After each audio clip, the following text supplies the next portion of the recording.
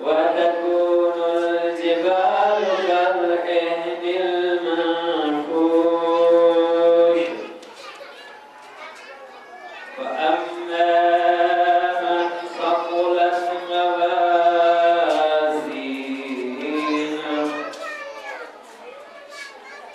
فهو في عيشة راضية وأما من خفت موازينه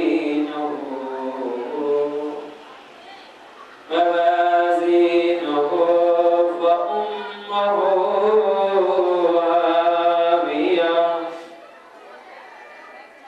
وما أدراك ما هي نار حامية صدق الله العلي العظيم صدق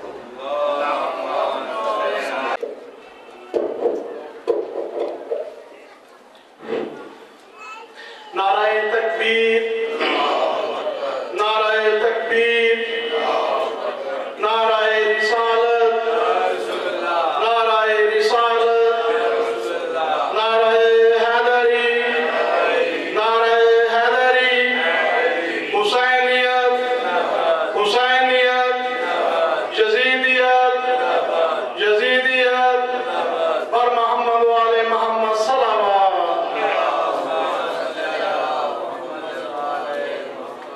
سینے میں جو عباس کے قدموں کی دھمک ہے، سینے میں جو عباس کے قدموں کی دھمک ہے، ہیبت کئی ذروں کی سر عرش تلک ہے، یہ کہہ کے گزرتا ہوا گرجتا ہوا بادل، یہ کہہ کے گزرتا ہے گرجتا ہوا بادل، بجلی میرے عباس کے لہجے کی کڑک ہے۔ اب آپ کے سامنے مقرر شیریں بیان خطیب اہل بیت، سرمایہ ملت جعفریہ، وکیل آل محمد جناب علامہ سید اظہر حسین نقوی حال مقیم یو کے نہایت ادب سے التماس کرتا ہوں کہ وہ ممبر پر تشریف لائیں اور ذکر محمد و آل محمد بیان کریں۔ مولانا کی آمد سے پہلے نعرہ تکبیر، نعرہ رسالت، نعرہ حیدری۔ اعجاز مصطفیٰ میں شریعت کھڑی رہی، دروازہ بطول پہ رحمت کھڑی رہی، دوش نبی پہ آگے جلوہ گر ہوئے حسین، بیٹھے رہے حسین تو عبادت کھڑی رہی۔ نعرہ حیدری۔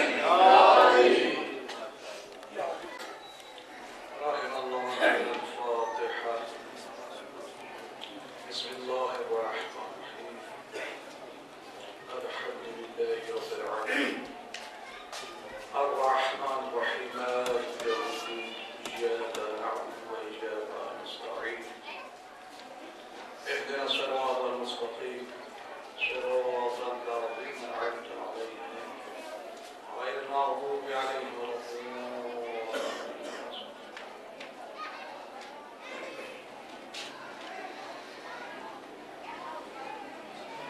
صلى على محمد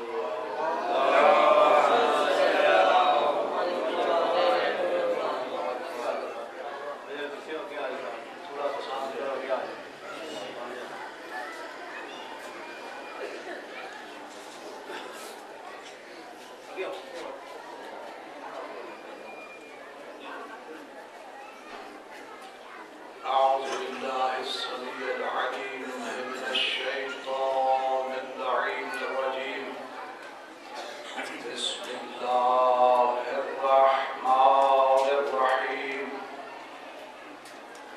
الحمد لله رب العالمين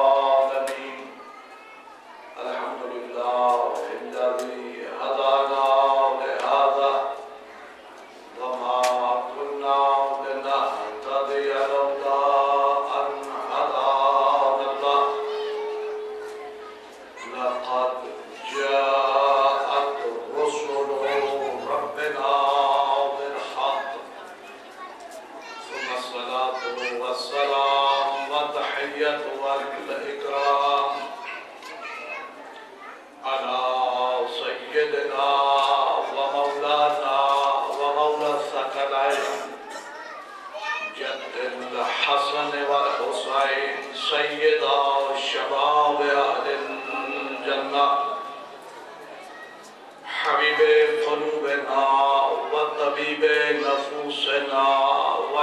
محي ذنوبنا أبي القاسم محمد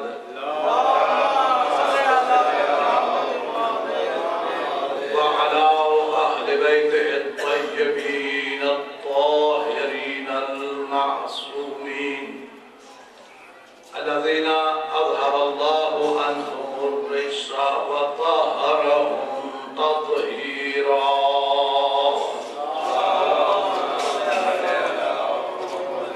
ولعنة الله على أعدائهم من يوم عداوتهم إلى قيام يوم الدين.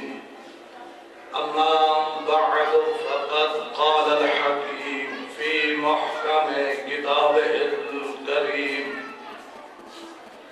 وهو أصدق القائلين وقوله الحق. بسم الله الرحمن الرحيم. إنا علينا الهدى وإنا لنا الآخرة والأولى. صلاة محمد.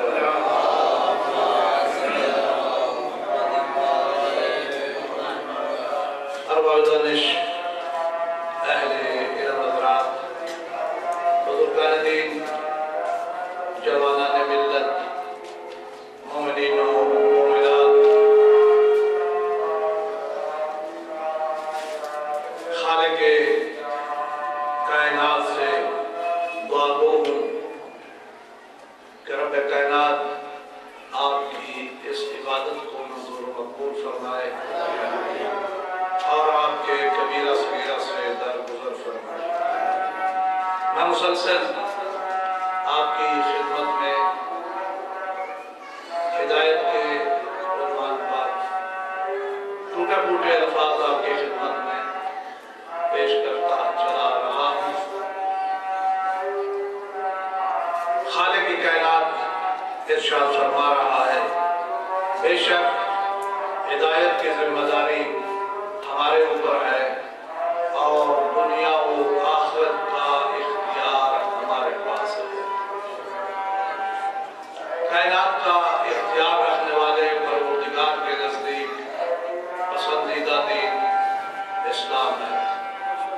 دین اسلام کا سمجھنا نہایت ہی آسان ہے اگر اس کو زندگی کے سہارے سمجھا جائے تو. دین اسلام وہ دین ہے کہ جس کا بنانے والا فقط اللہ ہے اور اس کے پہنچانے والے رسول اللہ ہے اور اس دین کی حفاظت کرنے والے علی اور علی کے 11 بیٹے حجج اللہ ہے. یہ وہ دین ہے کہ جس کو حضرت آدم علیہ السلام سے لے کر خاتم تک ہر نبی پہنچانے کی کوشش کرتا رہا.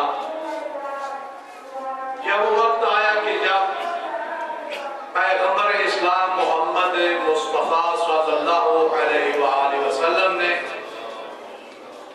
اعلان نبوت فرمایا. جب یہ دین اسلام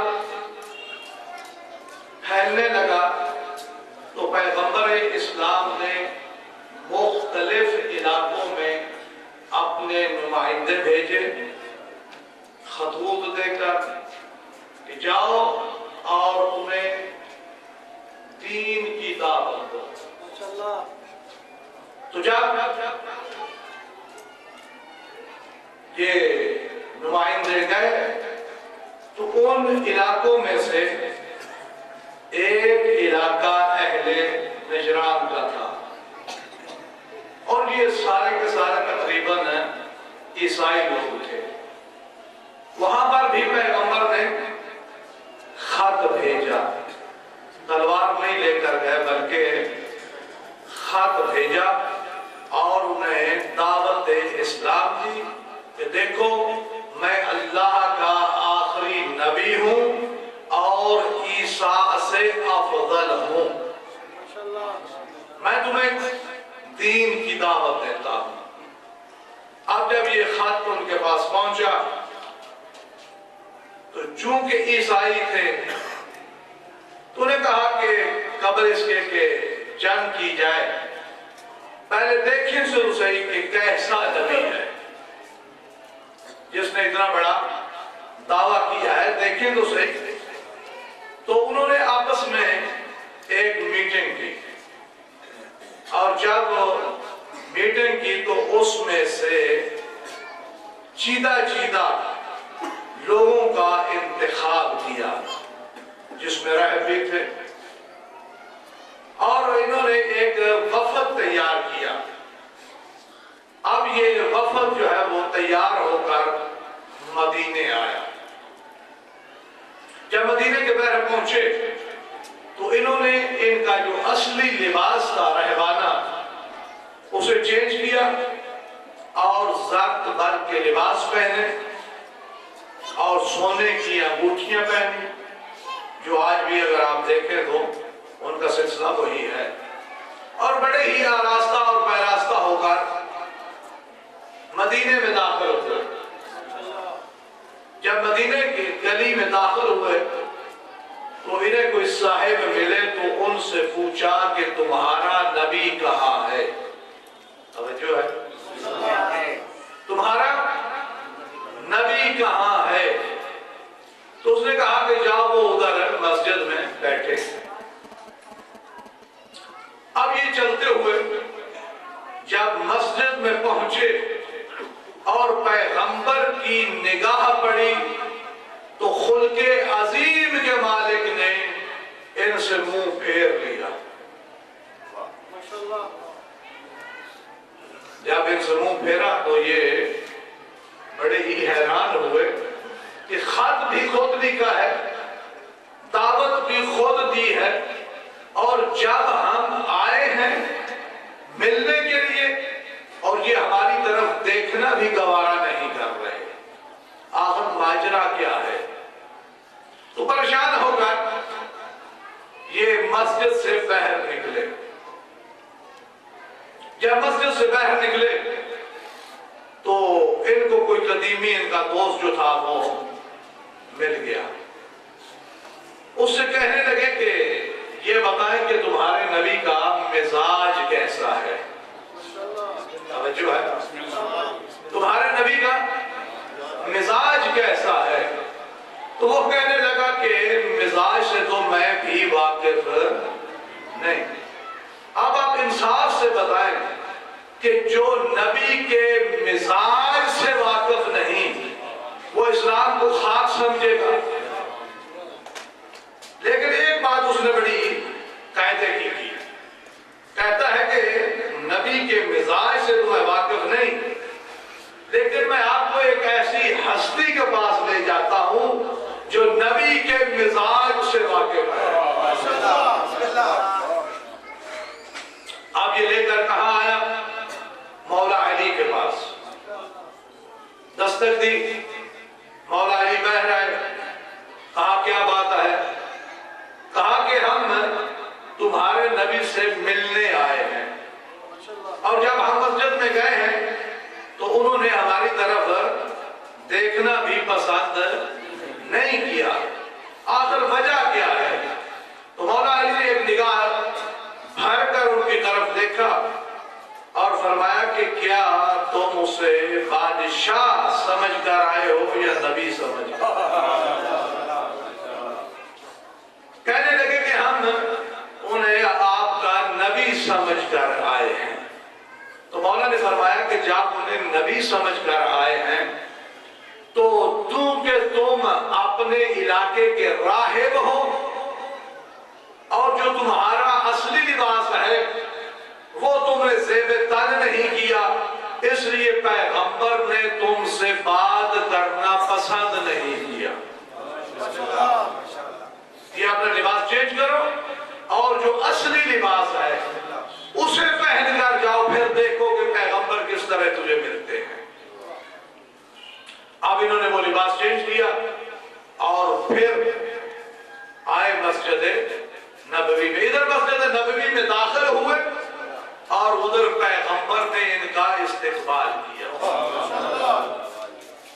جب پیغمبر نے استقبال کیا تو انہوں نے خود اعتراض کر دیا کہ ہم پہلے بھی آئے تھے لیکن آپ نے ہماری طرف دیکھنا ہی گوارا نہیں کیا، ہم سے بات کرنا ہی پسند نہیں کی۔ تو پیغمبر نے وہی جواب دیا جو علی نے کہا، فرمایا اس لیے کہ تم اپنے علاقے کے راہب ہو اور جب تم میرے دربار میں آئے ہو تو تمہارا جو رہبانہ لباس تھا وہ نہیں تھا، اس لیے میں آپ سے گفتگو کرنا پسند نہیں کیا۔ اب چونکہ تم اپنے اصلی لباس میں آئے ہو لہذا پوچھو جو پوچھنا چاہتے ہو۔ نعرہ تکبیر، نعرہ رسالت، نعرہ حیدری، پوچھو جو پوچھنا چاہتے ہو۔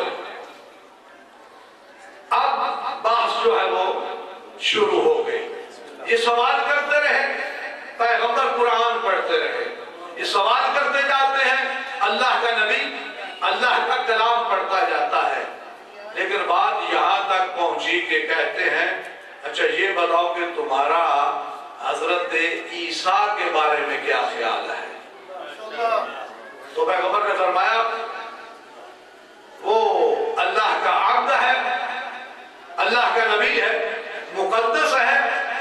کہنے لگے کیا وہ ابن اللہ نہیں؟ کیا وہ اللہ کا بیٹا نہیں؟ پیغمبر نے فرمایا نہیں، وہ تو اللہ کا نبی ہے۔ تو کہنے لگے کہ جب وہ اللہ کا بیٹا نہیں تو ان کا باپ کون ہے؟ توجہ ہے، جب وہ نبی نہیں ان کا باپ کون ہے اگر وہ اللہ کا بیٹا نہیں؟ تو پیغمبر نے پھر قرآن پڑھا، فرمایا ان مثل عیسیٰ عند اللہ کمثل آدم، عیسیٰ کی مثال اللہ کے نزدیک ایسی ہی ہے جیسے آدم کی ہے۔ اگر کسی کا باپ نہ ہونے کی وجہ سے تم اسے اللہ کا بیٹا سمجھ رہے ہو تو پھر حضرت آدم کے بارے میں کیا خیال ہے؟ ان کا نہ باپ ہے نہ ماں ہے، لیکن اپنی باتوں میں لگے رہے، گفتگو ہوتی رہی۔ جب اللہ نے دیکھا کہ یہ اس بحث کو ختم نہیں کر رہے تو آواز قدرت آئی، اے میرے حبیب اگر یہ اپنی گفتگو کو بحث کے ذریعے ختم نہیں کرنا چاہتے قل تعالوا ندعو ابناءنا وابناءکم ونساءنا ونساءکم وانفسنا وانفسکم ثم نبتہل فنجعل لعنت اللہ علی الکاذبین۔ اے میرے حبیب اگر یہ اس طرح بات کو ختم نہیں کرتے تو ان سے کہہ دو کہ تم اپنے بیٹوں کو لے آؤ، ہم اپنے بیٹوں کو لے آتے ہیں، تم اپنی عورتوں کو لے آؤ، ہم اپنی عورتوں کو لے آتے ہیں، تم اپنے نفسوں کو لے آؤ، ہم اپنے نفسوں کو لے آتے ہیں۔ ہوگا کیا؟ ثم نبتہل، مباہلہ کریں گے، وہاں تلوار نہیں چلنی، اور مباہلہ میں ہوگا کیا؟ نجعل لعنت اللہ علی الکاذبین، جھوٹوں پر اللہ کی لعنت ہوگی۔ تو میں یہ کہا کرتا ہوں کہ اگر جھوٹوں پر لعنت کرنا کوئی عمل نہیں تو میدان مباہلہ میں جانے کی ضرورت کیا تھی؟ اور وہ بھی کھلے میدان میں۔ اب دعوت دے دی کہ تم اپنے بیٹوں کو لے آؤ، ہم اپنے بیٹوں کو لے آتے ہیں، تم اپنی عورتوں کو، نساءنا جو ہے یہ جمع ہے امراتون کی، اس کا مطلب بیویاں نہیں ہیں، لوگوں نے اس کا ترجمہ کچھ اور کیا ہے، لیکن اس سے مراد بیویاں نہیں ہے بلکہ اس سے مراد عورت ہے کہ تم اپنی عورتوں کو لے آؤ، ہم اپنی عورتوں کو لے آتے ہیں، تم اپنے مردوں کو لے آؤ، ہم اپنے مردوں کو لے آتے ہیں۔ چاہیے تو یہ تھا کہ جب پیغمبر قرآن پڑھ رہے تھے اور انہیں بار بار قرآن پڑھ کر سنا رہے تھے، تو یہاں کہہ دیتے کہ کل تم تو رائد لے آنا، ہم قرآن لے آئیں گے، مباہلہ ہو جائے گا۔ توجہ ہے؟ لیکن پیغمبر نے یہ نہیں کہا کہ تم تو رائد لے آنا، ہم قرآن لے آئیں گے، بلکہ پیغمبر نے کہا کہ کل میدان مباہلہ میں آ جانا۔ تو جب پیغمبر نے اپنی زندگی میں تنہا قرآن کو کافی نہ سمجھا، تو پیغمبر کے بعد تنہا قرآن کیسے کافی ہو سکتا ہے؟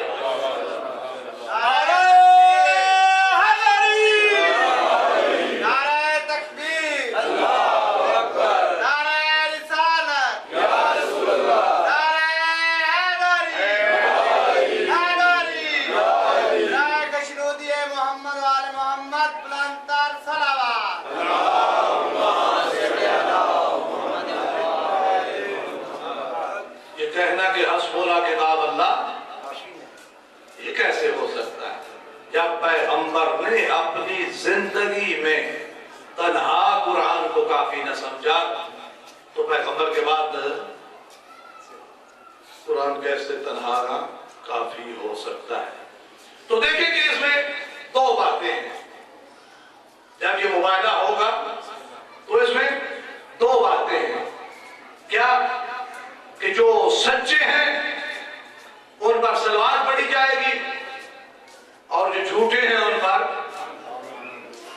بولو تو صحیح، ان پر لعنت بھیجی جائے گی۔ سلوات ہر سچے کے لیے نہیں، میں کچھ بولے تو میں عرض کروں، سلوات ہر سچے کے لیے نہیں، اور لعنت ہر جھوٹے کے لیے نہیں۔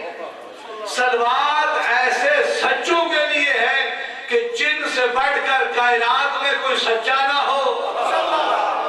لعنت ایسے جھوٹوں پر ہے کہ جن سے بڑھ کر کائنات میں کوئی جھوٹا نہ ہو۔ ثم نبتہل فنجعل لعنت اللہ علی الکاذبین، تو جھوٹوں پر اللہ کی لعنت ہوگی۔ طے ہو گیا، وقت بھی طے ہو گیا اور جگہ بھی معین ہو گئی۔ اب وقت طے پر پیغمبر جا رہے ہیں، کن کو لے کر؟ سچوں کو۔ حالانکہ یہ جو سیغے ہیں یہ سارے کے سارے جمع کے ہیں، ابناءنا، نساءنا، انفسنا، یعنی پیغمبر کے پاس گنجائش ہے کہ جتنے بیٹے ہیں ہم تمام کو لے جا سکتے ہیں، جتنی عورتیں سچی ہیں تمام کو لے جا سکتے ہیں، جتنے، اب میں کیا کہوں، یار سچے ہیں سب کو لے جا سکتے ہیں۔ لیکن پیغمبر نے ان کا انتخاب کیا کہ جنہوں نے پوری زندگی میں کہیں بھی جھوٹ نہیں بولا، اس لیے کہ میدان مباہلہ میں جھوٹوں پر لعنت ہونی تھی۔ پیغمبر نے ان کا انتخاب کیا کہ جن پر پیغمبر کو یقین تھا۔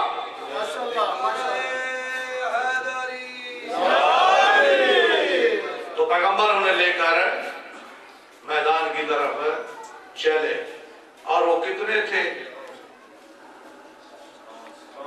5 ہیں نبی کے ساتھ، وہ 5 ہیں، ایک خود ہیں اور 2 بیٹے ہیں اور ایک بیٹی ہے اور ایک داماد ہے، یہی کہوں۔ اب پیغمبر اس انداز میں چلے، یوں لگتا تھا کہ جیسے قرآن کی آیت کی تفسیر جا رہی ہے، کیونکہ ابناءنا کا حکم ہوا تھا تو پیغمبر نے سب سے پہلے بیٹوں کو لیا، پھر نساءنا کا حکم تھا تو جناب زہرا کو لیا، پھر انفسنا کا حکم تھا تو علی کو لیا۔ تو پیغمبر اس انداز میں نکلے، لیکن یہاں پر پیر کرم شاہ بھیرے والے ہمارے علاقے کے تھے. انہوں نے لکھا کہ یہ جو علی گئے ہیں میدان مباہلہ میں، یہ نفس رسول بن کر نہیں گئے. توجہ چاہتا، یہ نفس رسول بن کر نہیں گئے بلکہ داماد رسول بن کر گئے ہیں. تو میں کہتا ہوں اچھا پیر صاحب آپ کی بڑی مہربانی، ایک مسئلہ تو آپ نے خود حل کر دیا کہ اگر کوئی اور داماد رسول ہوتا تو میدان مباہلہ میں جاتا. یہ پینتن بات کا ہے. اور آج تک جتنے بھی ترجمے ہوئے ہیں اردو میں، آج بھی اشرف علی تھانوی کا ترجمہ جو ہے وہ موجود ہے. جا کر اس آیت کے ذیل میں حاشیہ پر دیکھا کہ وہ کون تھے، سوائے پینتن پاک کے اور کوئی نہیں تھا. اور اہل سنت کے بہت بڑے علامہ فخر الدین رازی بہت بڑے عالم گزرے ہیں. انہوں نے بھی ایک تفسیر لکھی ہے قرآن کی 17 جلدوں میں عربی میں. نہ جانے یہاں ترجمہ ہوا ہوگا تو کتنے جلدوں میں ہوگا، 17 جلدوں میں. وہ بھی جب اس آیت پر پہنچے تو ایک عظیم جملہ کہا علامہ نے.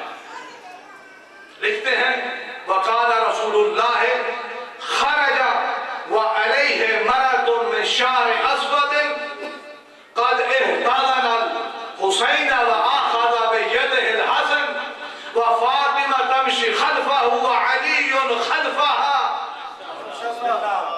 علامہ کہتے ہیں کہ رسول اس شان سے چلے، کالی کملی اوڑے ہوئے تھے، ایک ہاتھ پر حسین کو اٹھایا ہوا تھا اور دوسرے ہاتھ میں حسن کو پکڑا ہوا تھا، اور زہرا سے کہا کہ آج تجھے میرے پیچھے چلنا ہے، اور علی سے کہا کہ زہرا کے پیچھے چلنا ہے. نعرہ تکبیر، نعرہ رسالت، نعرہ حیدری، حسینیت، حسینیت، جزیدیت، جزیدیت، بن محمد و آل محمد صلوات.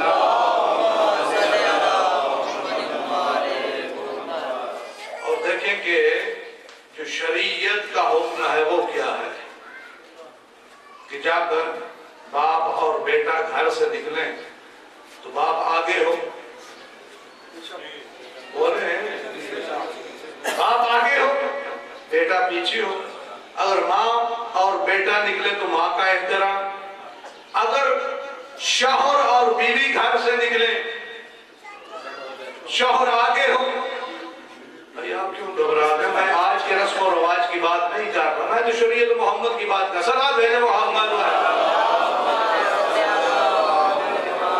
آج کا رواج جو ہے وہ الٹا ہے. شریعت کا یہی حکم ہے اور وہ بانی شریعت ہیں. محمد مصطفیٰ بانی شریعت ہیں. کہا کہ زہرا آج تجھے میرے پیچھے چلنا ہے، اور علی سے کہا کہ زہرا کے پیچھے چلنا ہے. یعنی پیغمبر بتا رہے تھے کہ جہاں پر رسالت کا قدم اٹھتا ہے وہاں پر عصمت کا قدم آتا ہے، اور جہاں سے عصمت کا قدم اٹھتا ہے وہاں پر امامت کا قدم آتا ہے. یعنی پیغمبر مسلمانوں کو میسج دینا چاہتے تھے کہ یاد رکھو عصمت کا تعلق رسالت سے بھی ہے اور امامت سے بھی ہے.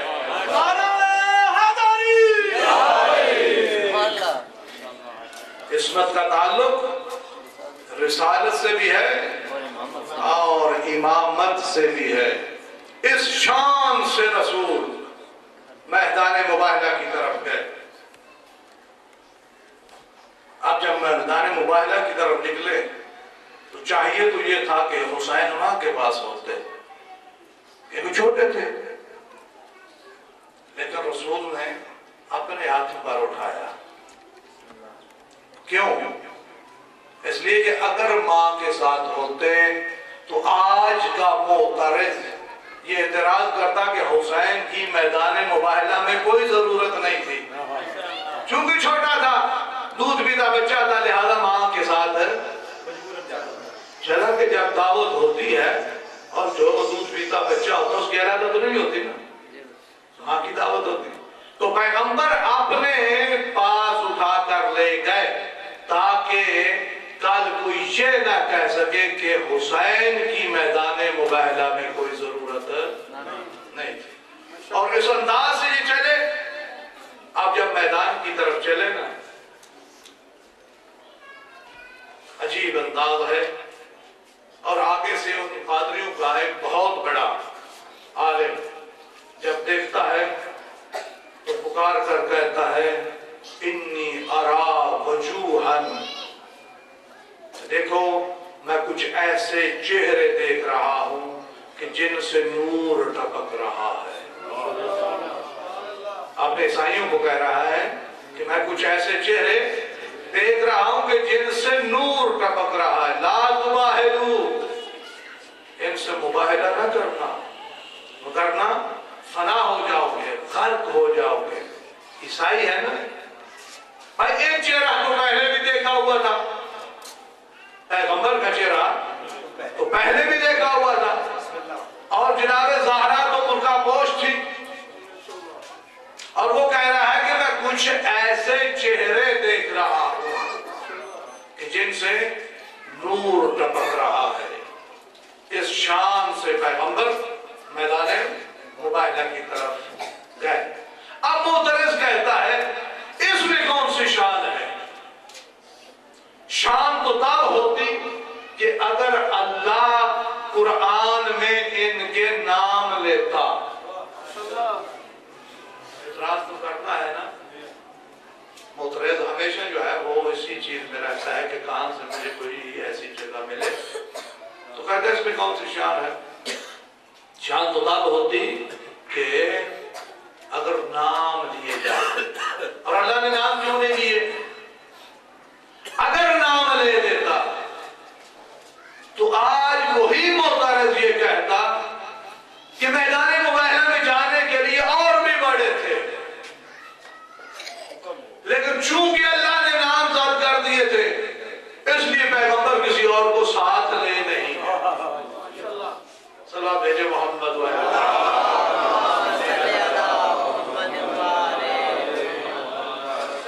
اور جب میدان مباہلہ میں گئے تو فقط یہ 5 تن پاک تھے، اور پھر معترض اعتراض کرتا ہے کہ کیا پیغمبر ساری زندگی میں 5 ہی پاک کر سکا؟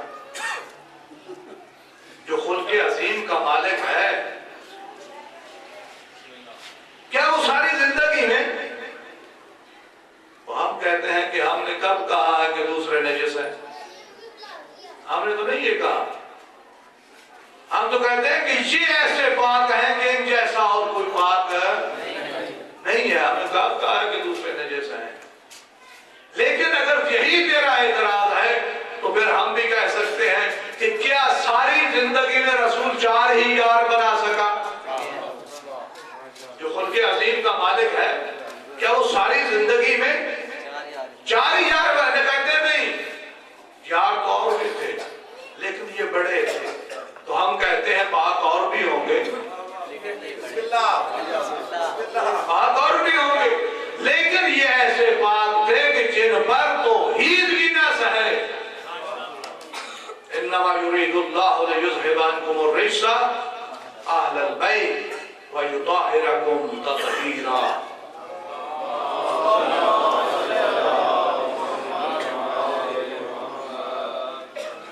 تو پیغمبر اسلام مباہلہ میں کس لیے گئے؟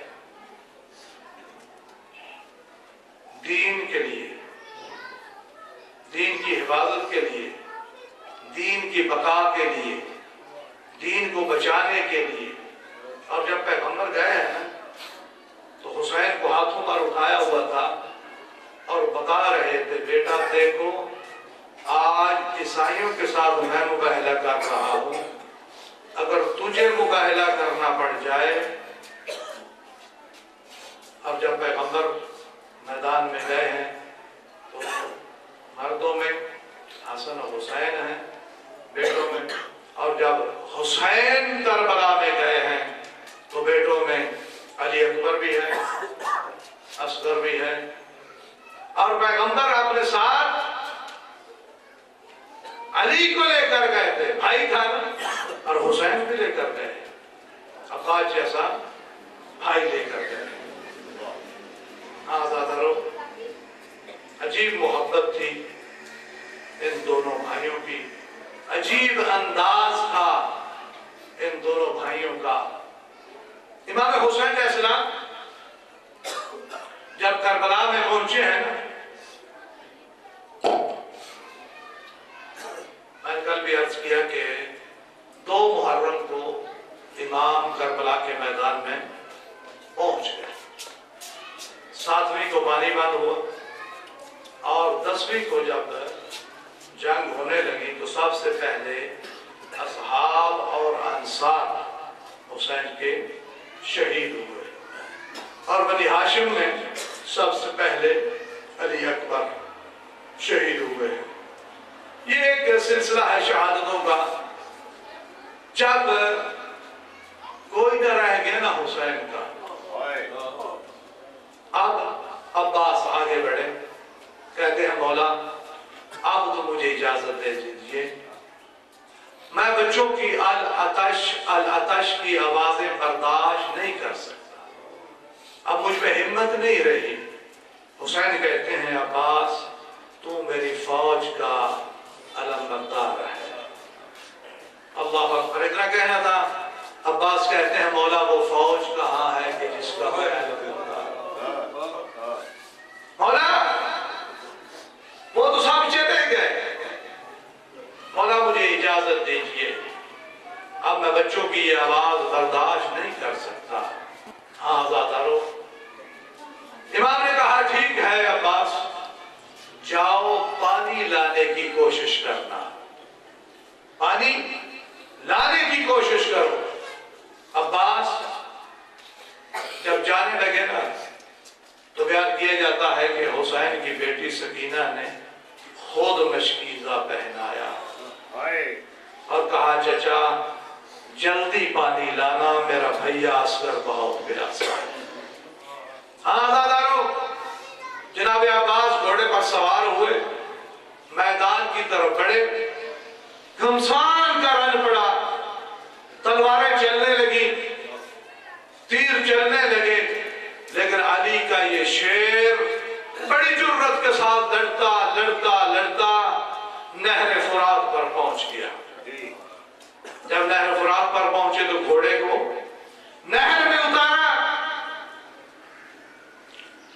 پانی چلو میں لیا، مشکیزے کو غور کیا اور پانی کو چلو میں لے کر منہ کی طرف بڑھایا، لیکن عباس کو حسین کی پیاس یاد آ گئی، عباس کو سکینہ کی پیاس یاد آ گئی، بچوں کی پیاس یاد آ گئی۔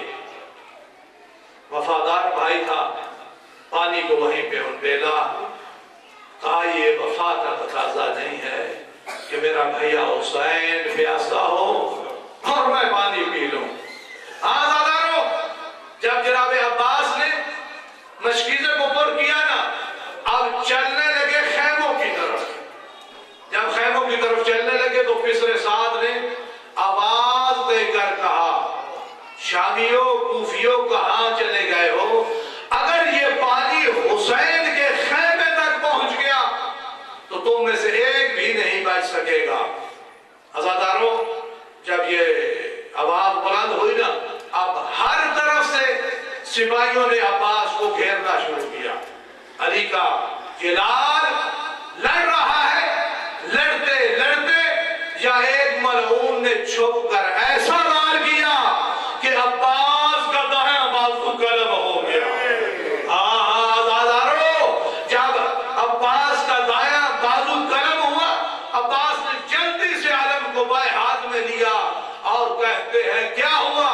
انقطعتم یمینی انی احامی والدینی، کیا ہوا جو تم نے میرا دائیں بازو قلم کر دیا؟ لیکن میں پھر بھی دین کی حمایت میں لڑتا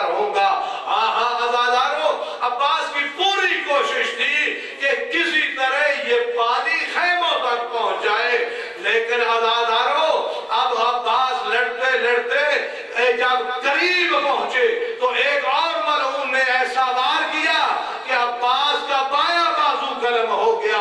اب جب بایاں عباس کا بازو قلم ہوا نا، اب مشکیزے کو سینے کے نیچے لیا اور دانتوں سے مضبوطی سے تھاما اور پوری کوشش کے ساتھ لڑتے بھی جا رہے تھے اور خیمہ کی طرف بھی بڑھتے جا رہے تھے۔ جہاں عزادارو ایک ملعون نے ایسا تیر مارا جو مشکیزے میں لگا، پانی بہہ گیا، عباس کی امیدیں ختم ہو گئی۔ عزادارو اسی اثناء میں ایک ملعون نے آگے بڑھ کر ایک ایسا بھاری گرز مارا، عباس کا سر پھٹ گیا۔ اب سینے ذوالجلال پر سنبھل نہ سکے، جب تیر سے زمین پر آئے نا، منہ کیا خیمے کی طرف، آواز بلند کر کے کہتے ہیں السلام علیکہ یا ابن رسول اللہ، السلام علیکہ یا ابا عبداللہ۔ ہاں مدد کے لیے نہیں بلایا، فقط سلام دیا ہے۔ عزادارو جب عباس نے یہ سلام دیا، عباس کی آواز ہوا میں فراٹے کھاتی ہوئی جب مولا حسین کے کانوں سے ٹکرائی، عجیب منظر ہے۔ اب حسین اٹھے، نہ جانے کس انداز میں اٹھے۔ ہاں یہ وہی صدمہ سمجھ سکتا ہے اور جس بھائی نے بھائی کو صدمہ برداشت کیا ہو۔ مولا آپ کے بھائیوں کو سلامت رکھے۔ عزادارو اب جب یہ آواز حسین کے کانوں سے ٹکرائی، حسین کہتے ہیں الآن انکسرت ظہری وقلت حیلتی، عباس میری کمر کا زور ٹوٹ گیا، میرے ہیلے ختم ہو گئے۔ عزادارو اس کے باوجود حسین جلدی سے میدان کی طرف بڑھے۔ جب حسین عباس کے پاس پہنچے، ابھی آخری رمق موجود تھے۔ جب حسین پہنچے ہیں نا، علامہ محمد حسین دہلوی لکھتے ہیں مجالس امام حسین میں کہ جب حسین وہاں پہنچے، حسین نے عباس کا سر اٹھایا اور اپنے گود میں رکھا۔ جب گود میں رکھا نا، عباس سمجھ گئے میرے مولا پہنچ گئے ہیں۔ علامہ لکھتے ہیں کہ عباس نے سر کو اٹھایا اور زمین پر رکھا، پھر حسین نے سر کو اٹھایا اور اپنے زانوں پر رکھا، عباس نے پھر اپنے سر کو زمین پر رکھا۔ علامہ کہتے ہیں جب 2-3 بار ایسے ہوا نا، حسین کہتے ہیں بھیا میں سمجھ گیا ہوں تو نے میرے ساتھ بڑی زحمتیں برداشت کی ہیں، لیکن کیا آخری وقت میں مجھ پر ناراض ہو گئے ہو؟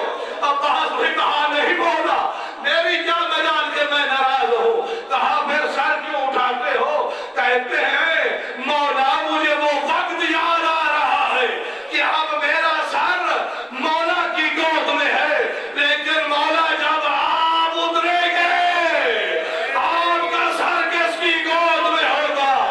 عزادارو گھٹ گھٹ کر آیا کرو۔ عزادارو اب حسین کہتے ہیں عباس کوئی تمنا ہو؟ کہا مولا میں چاہتا ہوں اول کو آخر سے ملا دوں۔ کہا کیا چاہتے ہو؟ کہا مولا جب میں اس دنیا میں آیا تھا نا، تیری ماں نے مجھے بتایا تھا سب سے پہلی نگاہ میری آپ کے چہرہ پر پڑی تھی۔ حسین کہتے عباس دیکھو، کیوں نہیں دیکھتے؟ کہتے مولا ایک آنکھ میں تیر ہے، دوسری آنکھ میں خون ہے۔ عزادارو حسین نے ابا کے دامن سے خون صاف کیا، کہا عباس دیکھو، عباس نے بھائی کی زیارت کی۔ عزادارو اب میرا جی کہتا ہے کہ جب ہو عباس نے حسین کے چہرے پر نگاہ کی، حسین نے پوچھا بھیا عباس اور کوئی تمنا ہو اور کوئی وصیت ہو؟ کہا مولا میری لاش کو خیمے میں نہ لے جانا، میں سکینہ سے کہہ کر آیا تھا بیٹا سکینہ میں تیرے لیے پانی لانے گیا ہوں۔ مجھے سکینہ سے شرم آتی ہے، چھوٹی چھوٹی اولاد والو۔ عزادارو اب میرا جی کہتا ہے جب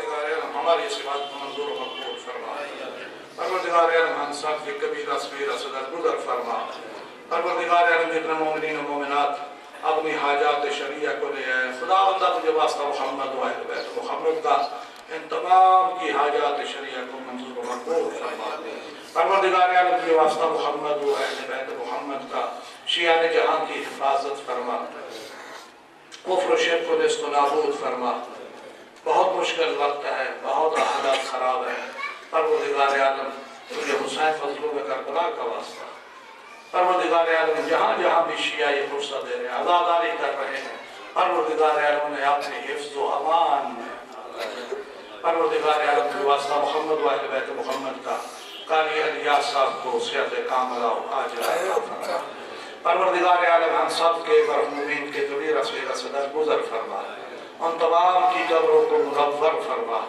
ان کے درجات کو بلند فرما انہیں جنت فردوس کے مقام نصیب فرما جوار آئمہ میں جگہ نصیب فرما جوار رحمت میں جگہ نصیب فرما پروردگار عالم تجھے واسطہ محمد و اہل بیت محمد کا جمہور اسلامی ایران کی حفاظت فرما ہمارے مقامات مقدسہ کی حفاظت فرما ہمارے آخری امام کا جلد جلد ظہور فرما ظہور کے وقت ہمیں اپنے امام کی جانب میں محشور فرما ربنا آتنا فی الدنیا حسنۃ وفی الآخرۃ حسنۃ وقنا عذاب النار برحمتک یا ارحم الراحمین وصلی اللہ علی محمد وآلہ الطیبین الطاہرین ماتم حسین